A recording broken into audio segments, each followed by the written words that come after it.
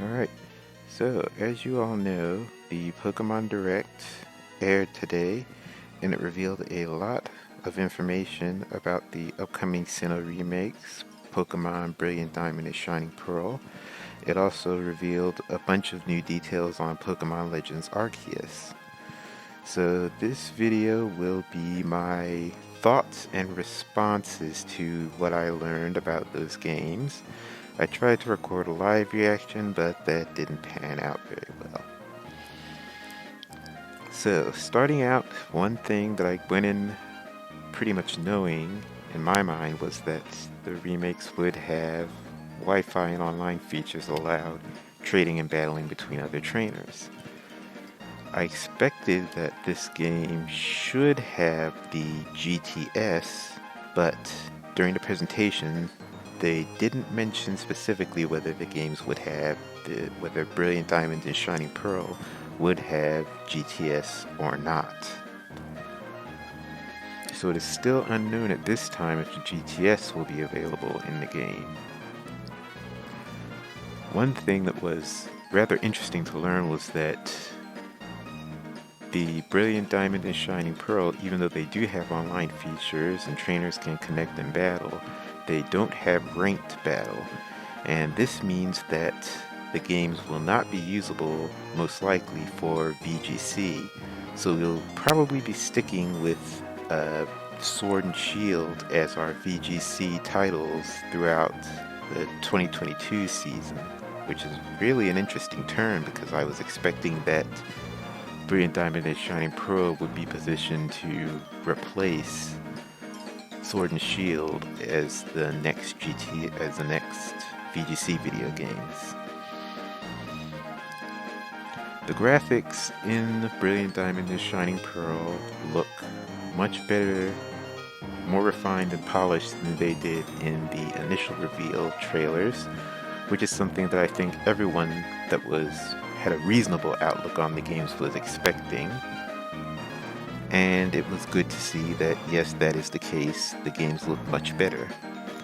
I will say that the 3D renders that they are using to replace the 2D drawn character arts, they don't look as lively and as vivid.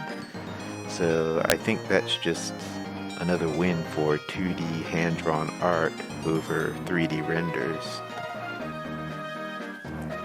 The in-game models for the gym leaders during the battles, they are a little bit more active. They kind of move around, so that's very interesting. I think the gym battles will be livelier thanks to that. Being able to see the gym leader kind of acting and moving around a bit during the fights.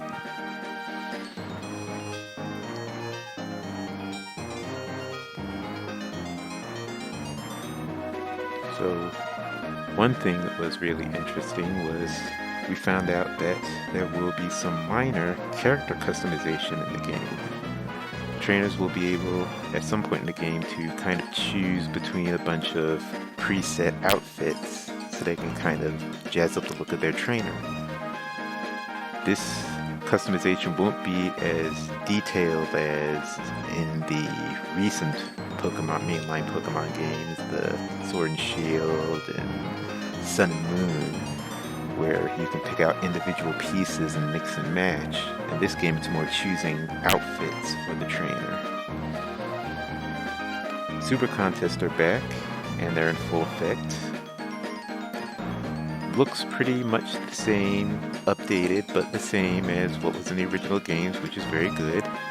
Along with that, we got the news that the ball seals were returning, which is something that I was personally very excited for. I feel that ball seals were very underappreciated in their time, and even more underappreciated after, because Game Freak never decided to implement them again after Generation 4, which was a real shame, and I'm glad to see them back.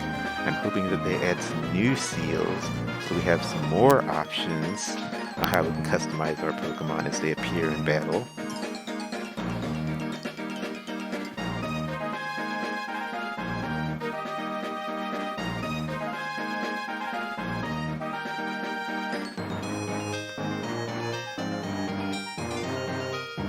Something So, in Brilliant Diamond and Shining Pearl, Pokemon walking behind the trainer returns. Seems that looks like all the Pokemon in the game basically have sprites so that they can walk behind a trainer, which is good. Walking Pokemon is a very popular feature, and it seems to always appear in these remakes and kind of not quite mainline games. So it's good to see walking Pokemon here.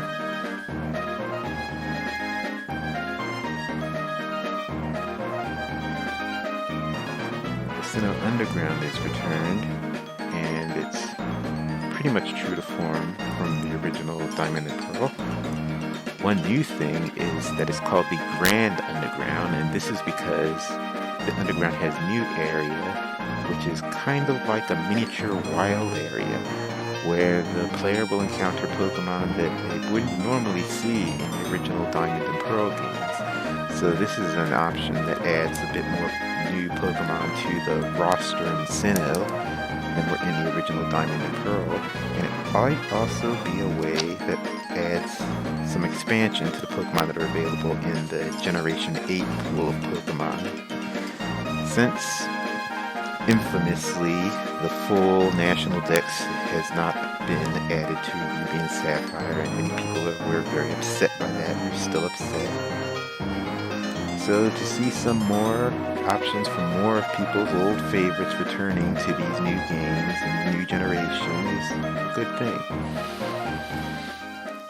These little miniature areas can be changed. The types of Pokemon encountered in them can be changed depending on what kind of statues you have in your secret base. So this adds some more practical functionality to the secret base customization and changing items around and decorating your secret base, because it actually affects the kinds of Pokemon you can encounter.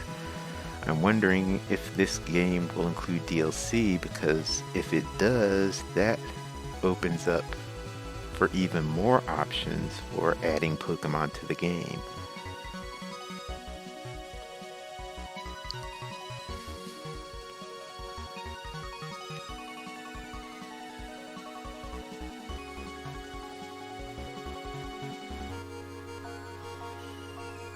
Okay, and one last thing we learned was that a special edition Nintendo Switch Lite with a design based on the original special edition Nintendo DS that was released during Diamond and Pearl's release will be coming in November. I think it was a very nice touch to have the special edition Switch Lite have a look that's inspired by the original special edition 3DS for Diamond and Pearl. That was a very good decision. I think it'll be a very popular item for people that collect hardware, Nintendo hardware, as well as for people that are just fans of Pokemon and or Diamond and Pearl specifically. So that was pretty much it on information on Brilliant Diamond and Shining Pearl. Next up came the information on Legends Arceus, which was really interesting. The game is of course set in a ancient Sinnoh region, and in the trailer it was confirmed that this region was called Hisui. So Hisui is the ancient name, and Sinnoh became the modern name for the region. The trailer starts off with an image of a deer-like Pokemon, which at first I thought was some kind of seasonal variant of some kind of regional variant of Sawsbuck. But when the trailer zoomed in a bit closer, we saw the antlers. It looked like something related to Stantler, and it turns out that it is an evolution of Stantler called Weedeer. Also shown were evolutions to Basculin and a Hisui variation of the Pokemon Braviary, as well as a Hisui variation of Growlithe. Now, some things that made me question these new Pokemon were, first of all, the Basculin Weedier, and the Basculin, Weedier, and Braviary all seem to be sort of ride Pokemon. That made me wonder, are these Pokemon actually usable, or are they just limited to ride Pokemon? Because it would be a very weird decision, but I wouldn't put it past Game Freak for these Pokemon to just be ride Pokemon and unusable for regular battling and such. But on the other hand, it would be interesting to have those Pokemon usable in the game. It kind of is a moot point because, as we've already known, the game is single player only. So even if the Pokemon were usable, they wouldn't be usable in any sort of player versus player competitive way. But that was some of the thoughts I had on those. The story takes place at a time before humans and Pokemon started living together. So that means there are practically zero Pokemon trainers in the game, which is something that very interesting to think about, because in a Pokemon game, most of the playability comes from trainer encounters.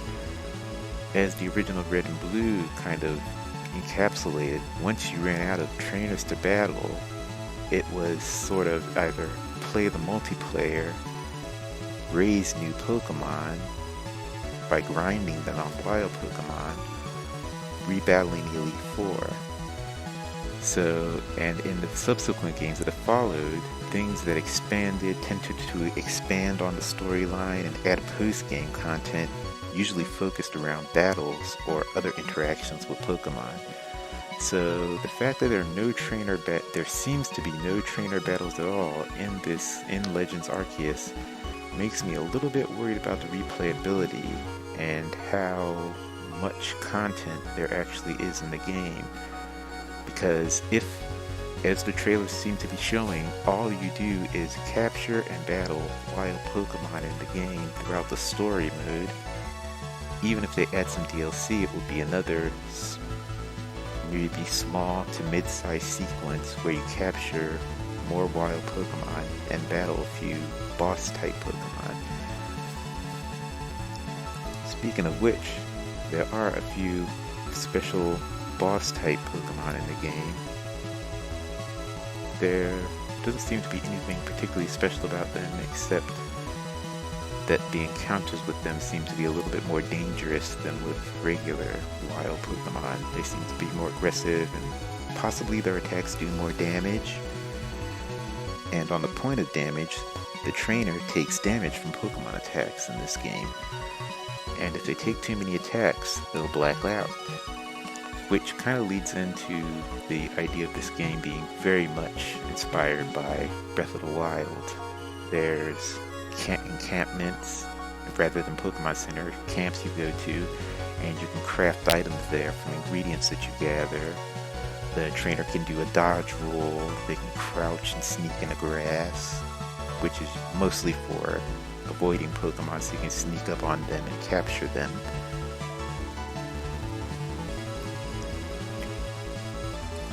So I was worried that the professor mentioned at the initial reveal of Legends Arceus would be another one of those Professor Oak clones that have become very, very prevalent in Pokemon media recently. But thankfully it turns out that it is a brand new professor called Professor Laventon, which is good, but I wouldn't rule out an Oak clone in the game because throughout the trailer we see characters that are clearly ancient ancestors of characters in the modern games. We see Komodo, the leader of the Galaxy Expedition Team, which is probably where Team Galactic took their name. He is clearly an ancestor to Professor Rowan from the Diamond and Pearl games. And the Officer Cyllene is clearly an ancestor to Cyrus. So that leaves a possibility that somewhere in the game there may be an ancestor to Professor Oak. So we will get maybe another Professor Oak clone. One of the most interesting things in the game is that when you do battle Pokemon against your Pokemon against wild Pokemon, the battle style is an active time battle system, meaning that Pokemon do not go turn by turn. The Pokemon battles do not go alternating turn by turn as usual. Pokemon can move twice or even 3 times at once if their speed stat is high enough or the types of move they use are speedy enough.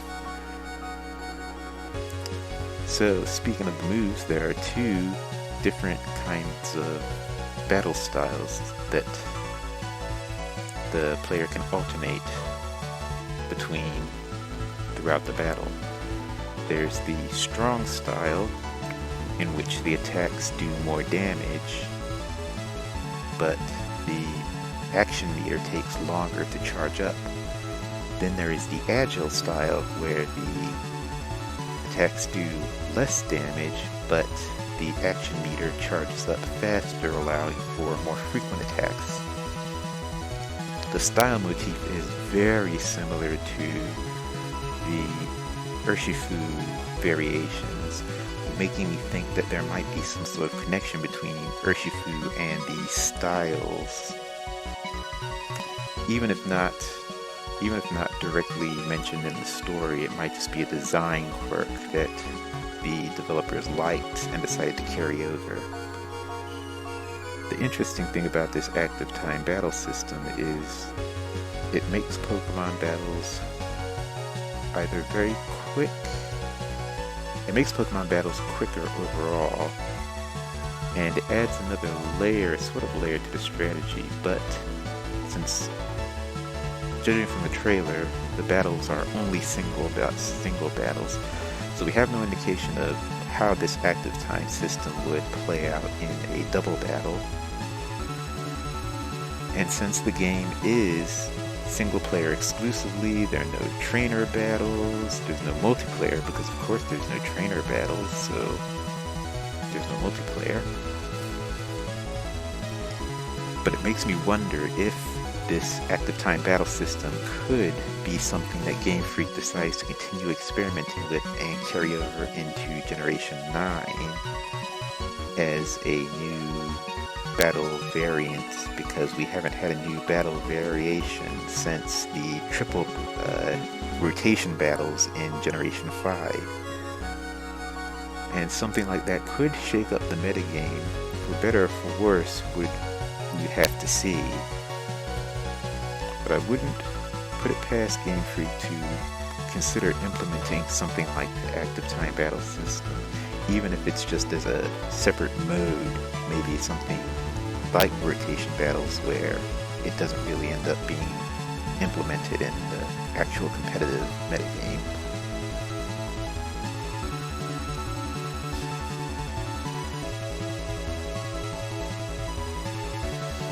So speaking more on the regional variants, the Hisuian Growlithe, it is mentioned that it has a rock-like horn on its head, which makes me think that it could be a fire type, or a rock fire type. And it also makes me wonder, will there be a Hisuian Arcanine, or will there not? Now, since it is a pre-evolution, and from what we have seen so far of regional variants, all the early stage Pokemon that are regional variants tend to evolve into evolved regional variants. For example, Grimer, Diglett, Slowpoke, they all evolve into continue being regional variants in their evolution. So that means there might be a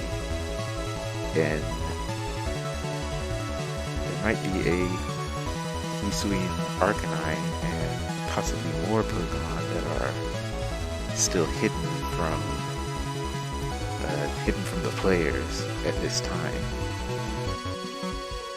which is a good sign because more new Pokemon will help generate interest in the game, especially since they still have a few more months to advertise and build up hype for this game, so it's doubtful that they release the bulk of information. So at this point, though, I wouldn't be surprised if they released up to maybe 50% of the information on the game.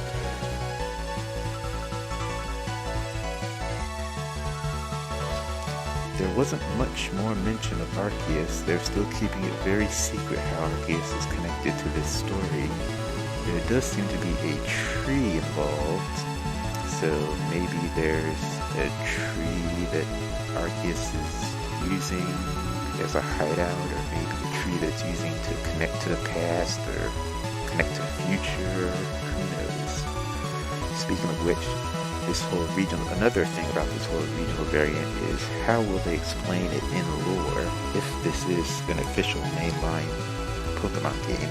How do they explain it in lore that these Hisuian variants or Sinnoh variants disappeared or seem to have completely gone extinct by the time of modern Sinnoh? Now, this could easily go into the current multi-dimensional theory of Pokemon, where there's a Mega Evolution dimension and there's a non-Mega Evolution dimension. So maybe this ancient Sinnoh is actually an ancient alternate dimension Sinnoh from the Sinnoh that we know in the current games. Though I'm not so entirely sure about that, because there will be some basic compatibility between Legends Arceus and Brilliant Diamond and Shining Pearl via Pokemon Home at the very least, because an update will be coming to Pokemon Home that will allow players to import their Pokemon from Legends Arceus and Brilliant Diamond and Shining Pearl to Home. Which leaves a question: will these ancient Sinnoh variants be tradable through Pokemon Home to Brilliant Diamond and Shining Pearl, where they can be used to battle? If that is the case, then I can't see the Pokemon like Hisuian Braviary and Weirdeer being limited to strictly ride Pokemon. They would have to be catchable and transferable so that they could be used in Brilliant Diamond and Shining Pearl. But if that were to be the case, it would make the idea that Brilliant Diamond and Shining Pearl are not the games for the next VGC all the more of a curious decision. Because what would be the point of having these brand new Pokemon in a game where they can battle, but that game is not the official competitive game for the next season? That decision would be extremely, extremely curious. So I'm thinking currently, my thought process is that because of this, it's very likely that the new Pokemon we see in Legends Arceus might be limited to Legends Arceus. I think that would be, well, actually, no matter what, people are going to be angry. But I think that would be the most logical, because what would be the point of having them be playable in a game where they can't play them competitively on the big stage in VGC and World Championship events?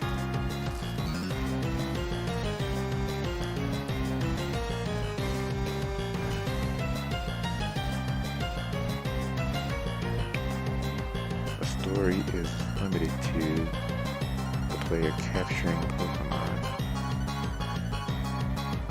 add data in the creation of the very first Sinnoh Pokedex.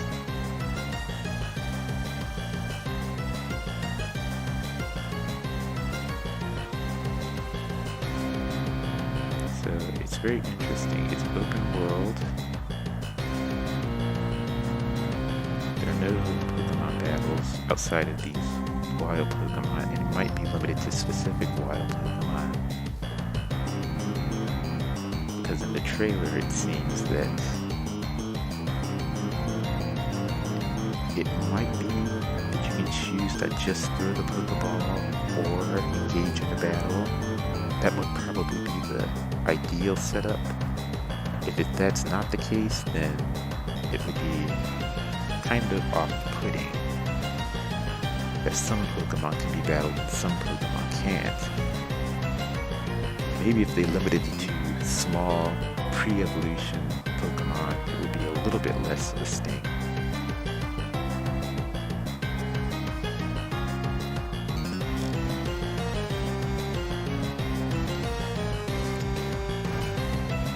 So the game looks interesting for a single player experience where the player kind of focuses on exploring, catching Pokemon, engaging in these battles with wild Pokemon, but there is no competitive aspect because there are no trainers.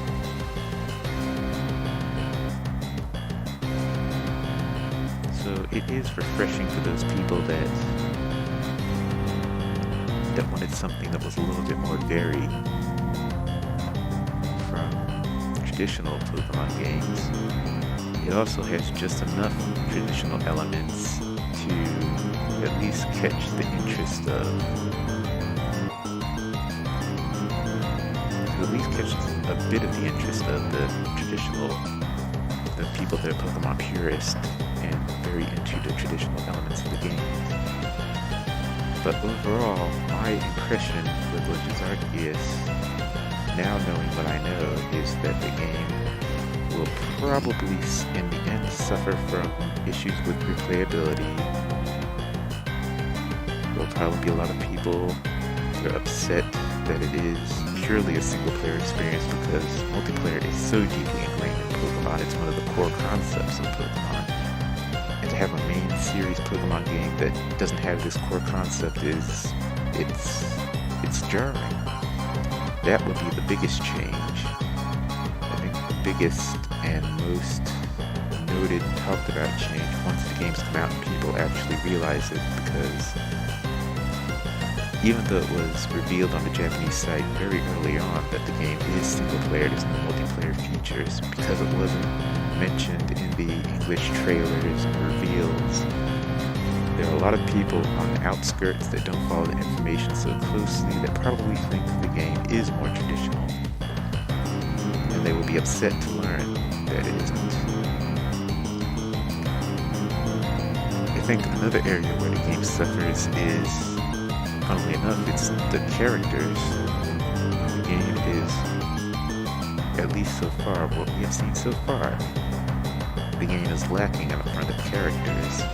Usually Pokemon games, because there is such a focus on battles, so much of the creativity and creative element in the game is in the different designs, the different types of people you encounter that are all Pokemon trainers, how they interact with their Pokemon, how they use them. The designs of 8 gym leaders, the countless NPC trainers, hidden trainers, and story-driven characters like N or Looker, Zinnia. That element will most likely, so far, it seems, be missing from Legends Arceus, which is kind of odd because this is supposed to be a game that is more lore-driven and story-heavy than any other of the main series games, but it doesn't actually seem that way.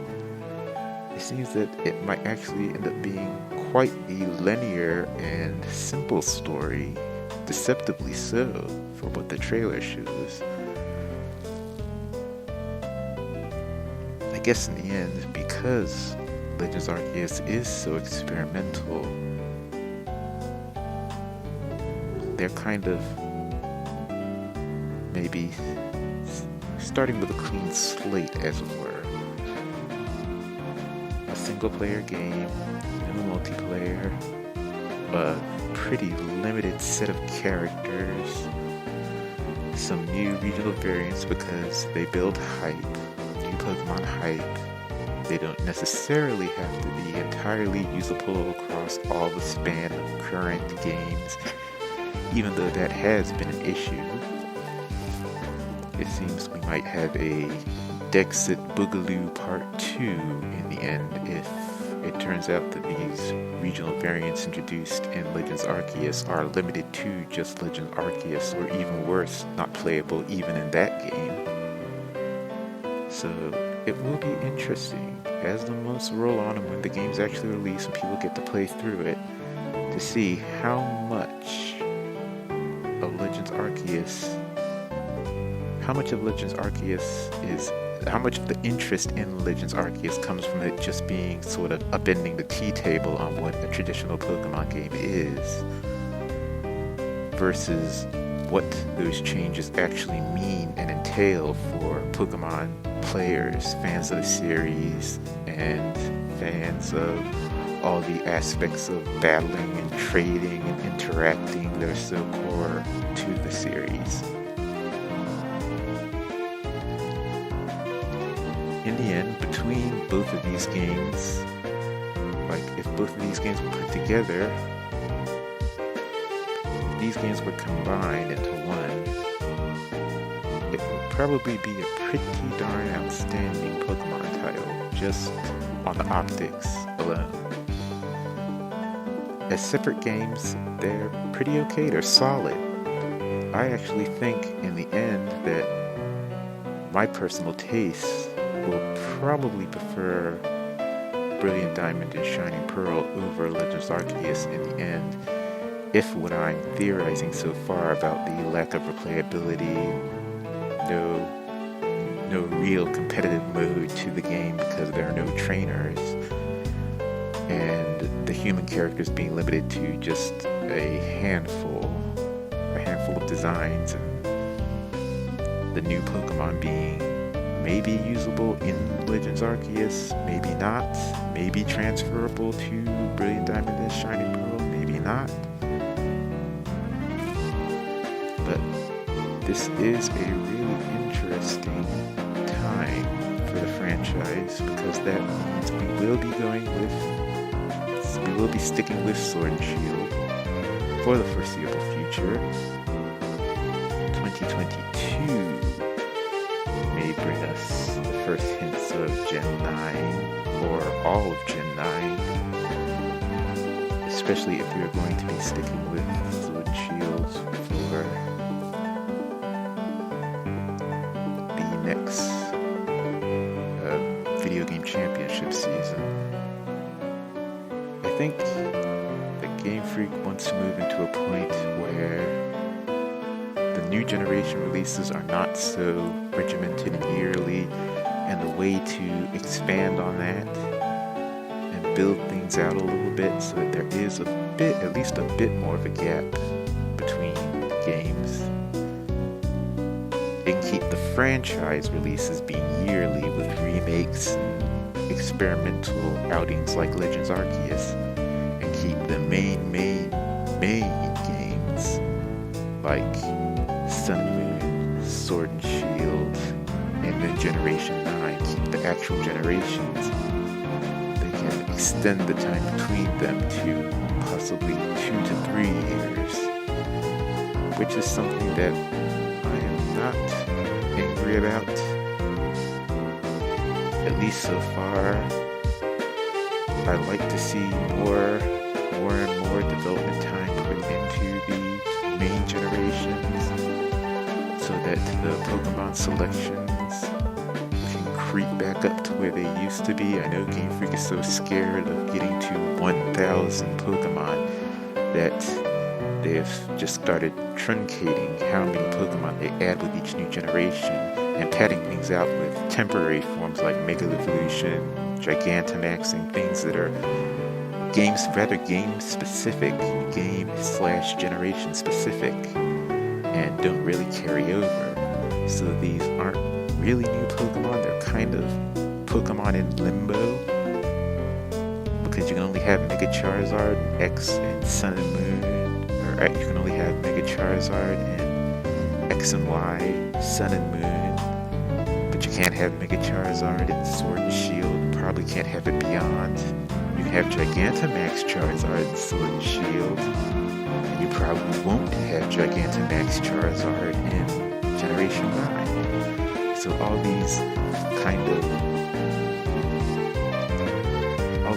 of segmented, limited edition, so to speak, forms of Pokemon, I'd rather just have new Pokemon, to be honest. New evolutions, which is nice seeing that there are some new evolutions being introduced, even though they're being introduced in this very, very weird way through Legends Arceus, where we don't even know if they will be usable. But I'm sure they will be in Generation 9. At the very, very worst case scenario, taking everything to the basic, worst, lowest denominator, lowest expectations, we have a reveal of new Pokemon in a similar way to the way Bonsly was revealed. We can kind of use them, maybe, but we can't really use them until the next new game,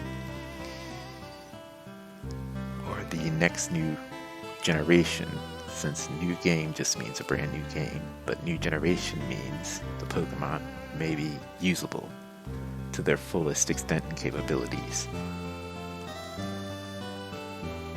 So overall, I think there was a lot of information from this direct. I think a lot of people will be dissecting it and thinking about it, and the people will be angry with some of the choices that have been made. People will be happy with some of the choices that have been made. Hopefully this doesn't evolve into another Dexit kind of situation where there's so much toxicity and hostility. But the fandom kind of seems predisposed to that at this point, so I'm not hopeful. I think there will be some controversy, and the controversy will grow as these decisions become more and more clear, and then the games actually release. I think that won't detract from the hype at all. People are very hyped. People will play these games, people will enjoy these games, people will love these games, and people will complain about these games. So these are my initial thoughts. Thank you for listening. I know it was very rambly. If you enjoyed anything I had to say, maybe consider leaving a like or subscribing. I would be grateful. I'm not used to this whole talking out loud and recording it thing, so please excuse my stammering and stumbling and repeating things. I'll try to edit so that it's not so bad.